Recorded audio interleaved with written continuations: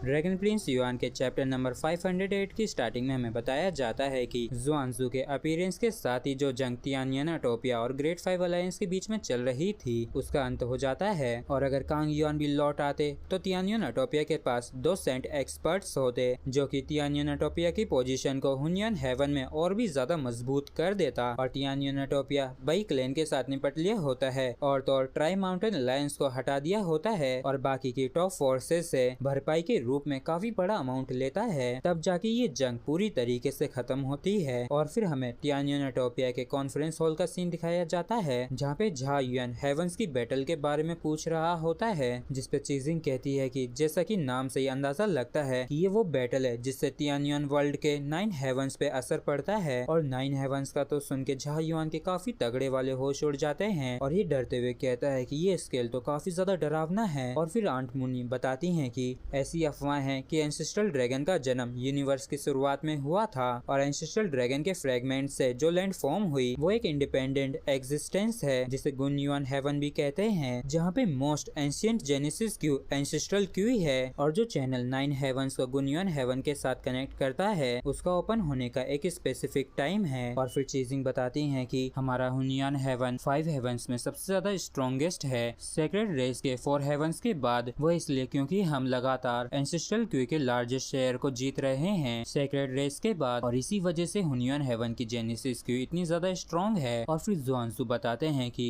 Heavens की जो battle होती है वो हर 1000 सालों में एक बार होती है और अभी उसका समय नहीं आया है, लेकिन सेक्रेड रेस इसे शुरू करने पे इंसिस्ट कर रहा है। जिस पर झा युआन कहता है कि मतलब कि वो जंग शुरू करना चाहते हैं तो फिर हम इतने ज्यादा पेसिव क्यों हैं। जिस पे जुआनजू कहता है कि वो इसलिए क्योंकि वो ही इकलौते हैं जो कि गुनियन हेवन को फोर्सबली ओपन कर सकते हैं। और गुनियन हेवन का जो एंशिएंट रूल है वो बताता है कि जितने ज्यादा हेवन पार्टिसिपेट करेंगे उतनी ही ज्यादा स्ट्रॉन्ग एंसेस्ट्रल क्यू का जन्म होगा। और आसान शब्दों में कहा जाए तो जो सेक्रेड रेस चाहती है वो ना सिर्फ उनका एंसेस्ट्रल क्यू का शेयर है बल्कि वो बाकी के 5 हेवंस को भी चाहते हैं। और इस बात को सुन के झा युआन खुश हो जाता है और ये जुआनजू से चुपड़ी चुपड़ी बातें करते हुए कहता है कि सीनियर ब्रदर आप वास्तव में काफी औसम हैं और अगर ऐसी बात है तो ऐसा दिखता है कि हमें आप जैसे बड़े खिलाड़ियों पे निर्भर होना होगा। जिसपे जुआनजू हंसते हुए कहता है कि लिटिल जूनियर ब्रदर आप गलत हैं, ये मैटर आप पर भी निर्भर करता है। और इस बात को सुन के झा युआन काफी चौंक जाता है और इसे कुछ भी समझ में नहीं आता है। और फिर जुआनजू झा युआन के पास आ जाता है और अपनी पावर को यूज करके कुछ दिखाते हुए उससे कहता है कि चलो आओ मैं तुम्हें एक्सप्लेन करता हूँ। जब गुनियन हेवन का जन्म हुआ था